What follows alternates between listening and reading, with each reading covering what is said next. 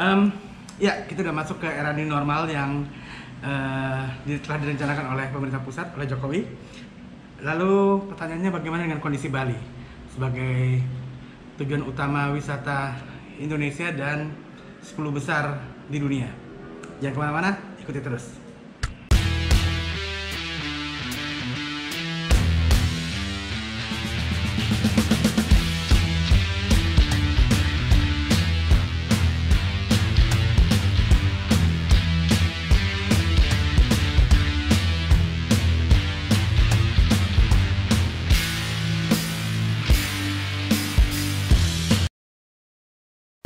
Halo, jumpa lagi dengan saya Oki Misa, saya si tukang villa yang sotoy.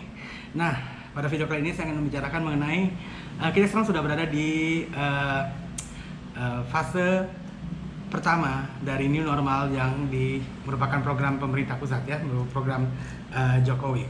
Kalau yang nggak kurang familiar ya dengan program new normal ini, secara garis besar seperti ini. Jadi terdiri dari 5 fase sebenarnya. New normal itu terdiri dari 5 fase. Itu di bulan Juni dan Juli ya. Fase pertama itu adalah Juni 1, tanggal 1 Juni. Jadi kemarin, sekarang ini kita di tanggal 2 Juni. Nah, kita udah masuk ke fase 1. Fase 1 itu industri dan jasa yang antara bisnis to bisnis sudah mulai beroperasi, tapi dengan tetap jaga jarak, masker dan lain-lain itu ya. Nah, nanti pada tanggal 8 Juni itu kita masuk ke fase kedua, di mana toko, pasar, mal secara bertahap sudah boleh beroperasi, namun tetap dipantau dengan ketat tentang jaga jaraknya, maskernya, ya, dan lain-lain. Lalu fase ketiga yaitu 15 Juni, toko, mal, dan pasar itu sudah masuk ke fase kedua. Spa, salon boleh operasi juga, tetap dengan protokol-protokol kesehatan dalam menghadapi virus corona. Lalu pagelaran seni budaya sudah mulai boleh digelarkan ya, dengan tetap jaga jarak. Sekolah sudah boleh dibuka dengan sistem shift berdasarkan jumlah kelasnya, dan olahraga, perayaan pernikahan, ulang tahun itu sudah mulai, tapi sudah boleh dilakukan, tapi dengan pengawasan ketat. Baru nanti fase 4 yaitu di bulan depan ya, tanggal 6 Juli tepatnya kita masuk ke fase 4. Itu secara bertahap kafe-kafe, resto, gym itu sudah mulai boleh dibuka.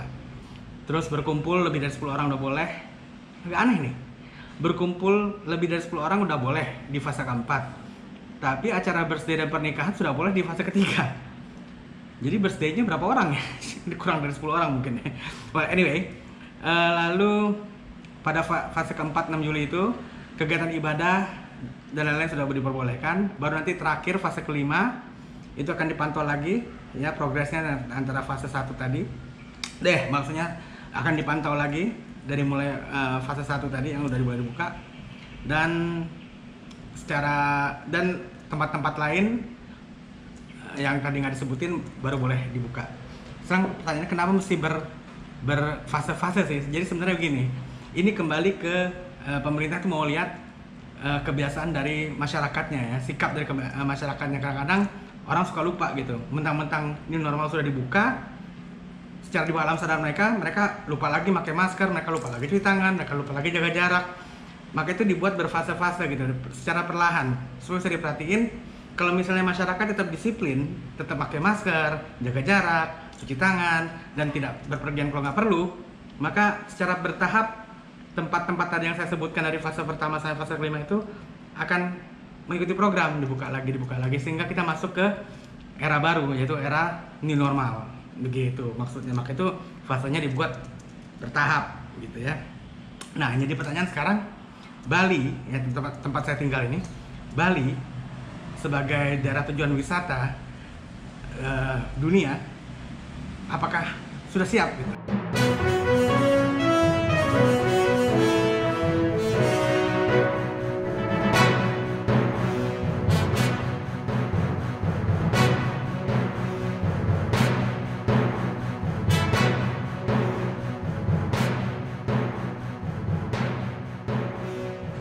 Ya, dalam hal ini yang dilema juga ya. Di satu sisi Pemprov harus menjaga kesehatan masyarakatnya ya, yang di Bali. Tapi di satu sisi kondisi ekonomi Bali itu kacau banget dengan adanya virus corona ini. Berdasarkan data yang saya dapat nih, imbas pandemi COVID-19, pariwisata di Bali itu merugi kurang lebih 9,7 miliar tiap bulan. Tiap bulan, men. Terus sampai 4 minggu yang lalu ya, jadi sampai bulan lalu itu sudah 63.000 pekerja dirumahkan dan 1.800 sampai 2.000 kena PHK. Dan ini baru dari faktor pariwisatanya aja ya, kita nggak ngeliat faktor-faktor penunjang lainnya kayak yang dari restoran dan lain-lain. Karena begini ya, berdasarkan yang barusan saya sampaikan itu, menurut gue begini, ini sebenarnya ada satu hal yang harus kita pertimbangkan juga. Ini seluruh dunia ya, bukan Indonesia aja, seluruh dunia itu selama hampir 5 bulan ini ya, itu ekonomi masyarakatnya tuh berantakan ya, ekonomi masyarakatnya berantakan. Jadi belum tentu, katakan besok pun airport dibuka, itu udah ada orang terbang untuk berwisata di Bali gitu ya, buang duit, beli souvenir, makan di restoran, tinggal di hotel dan segala macam. Belum tentu. Karena apa? Seluruh dunia sekarang masyarakatnya itu habis kena pukulan pukulan corona ini. Di Amerika aja itu sampai bulan lalu saya baca itu udah 14 juta lebih orang yang nganggur. Bayangin, 14 juta lebih. Belum daerah-daerah lainnya. Negara-negara lainnya ya. Jadi belum tentu dengan bandara dibuka ini ya, pelabuhan dibuka, itu berarti pariwisata langsung naik gitu. Jadi hari ini dibuka, langsung datang dari mana-mana gitu. Memang antusiasnya pasti begitu, ya antusiasnya begitu. Untuk orang-orang yang tetap berduit itu pasti udah bosen banget dia di negaranya kan. Dia pengen jalan-jalan gitu. Dan Bali adalah salah satu tujuan wisata dunia. Tapi sebagian besar yang biasa mereka datang, segini aja deh. Kan seperti pernah saya sampaikan, saya kan ada resort di Ubud, ya kan. Itu berapa kali saya ngobrol-ngobrol sama tamu-tamu, itu sebagian besar dari mereka itu menyiapkan perjalanannya itu 6 bulan sampai setahun sebelumnya. Dia beli tiket, dia nabung. Maka itu kan tamu-tamu asing itu kalau tinggal jalan-jalan ke Bali itu dia spend bisa sampai sebulan, 3 minggu. Karena memang mereka merasa begini loh, mereka udah terbang lama nih ya, dari negara itu udah 20 jam, 24 jam. Mereka kan rugi sekali kalau sampai sini cuma 3 hari gitu loh. Jadi makanya itu mereka spend di sini tuh sampai sebulanan itu karena ya penerbangannya udah jauh. Makanya mereka nyiapinnya tuh dari 6 bulan atau setahun sebelumnya. Dia sisihkan uangnya, benar-benar niat gitu mau jalan-jalan ke Bali. Nah, 5 bulan ini perekonomian seluruh dunia tuh berantakan. Jadi belum tentu kalau misalnya dibuka besok langsung pesawat udah datang gitu. Enggak, belum tentu. Karena orang kan mesti beli tiket, nggak mungkin, bukan kayak dari Surabaya mau ke Bali gitu, besok ke Bali yuk gitu. Enggak, kalau pariwisata asing, wisatawan asing itu dia well plan gitu, karena dia emang rencana untuk tinggal lama di sini. Nanti sampai di Bali itu misalnya di Denpasar berapa lama, di Ubud berapa lama, di Amet berapa lama, terus mungkin dia jalan-jalan juga ke Jogja atau ke tempat lainnya gitu. Mereka nggak mau buang-buang waktunya, buang-buang waktu cutinya cuma untuk 3 hari gitu loh. Nah, jadi kita di sini juga, menurut gua, kita di sini juga tetap harus berjaga-jaga untuk berpikir yang terjelek. Dari yang barusan saya baca aja, Gubernur Bali Pak Wayan Koster itu aja masih belum mau membuka pariwisata, ya. Jadi kita nggak tahu nih, karena tentu dia punya tim sendiri untuk memperhatikan kesiapan dari Bali, ya, untuk membuka pariwisatanya. Tapi anggap aja dia bisa buka besok pun belum tentu orang langsung terbang kan. Jadi menurut saya baru menjelang akhir tahun baru mulai semarak lagi gitu loh. Jadi untuk teman-teman sekalian jangan buang-buang waktu. Maksud gue gini ya. Jadi untuk teman-teman sekalian jangan habiskan waktu untuk menunggu dan berharap.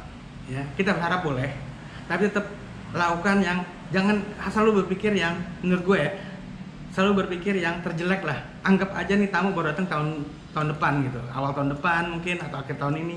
Jangan berpikir, aduh kok belum dibuka sekarang kita ini, atau nanti ada pengumuman udah Bali sudah boleh buka, langsung hop high gitu yang wah kita bulan depan udah boleh ini lagi gitu. Belum tentu, karena seperti saya bilang tadi, tamu dari luar negeri itu datang ke Bali itu well plan, ya. Dia nabung sekian lama dan dia mau spend di sini 1 bulan. Itu trennya seperti itu gitu. Nggak ada orang dari Amerika datang ke Bali itu cuma untuk 3 hari, itu nggak ada. So sekian dulu update mengenai kesiapan Bali terhadap new normal, terhadap program new normal yang sudah dicanangkan oleh pemerintah mulai 1 Juni kemarin. Saya akan tetap update nanti, mungkin di akhir fase 1 ini atau di awal fase 2 saya akan update lagi. Semoga semuanya akan kembali pulih. Tapi seperti saya bilang, tetap plan B, ya, tetap siapkan plan B. Jangan terlalu berharap menunggu bahwa begitu dibuka tamu akan datang. It will take time, percaya. Oke, tetap semangat, berdoa. Sementara tetap pakai masker, jaga jarak, sering cuci tangan, dan biasakan itu, tegur teman-teman kita kalau ada yang lupa, supaya Gubernur Koster pun melihat bahwa masyarakatnya sudah disiplin dan siap untuk masuk ke new normal. Oke, sampai jumpa.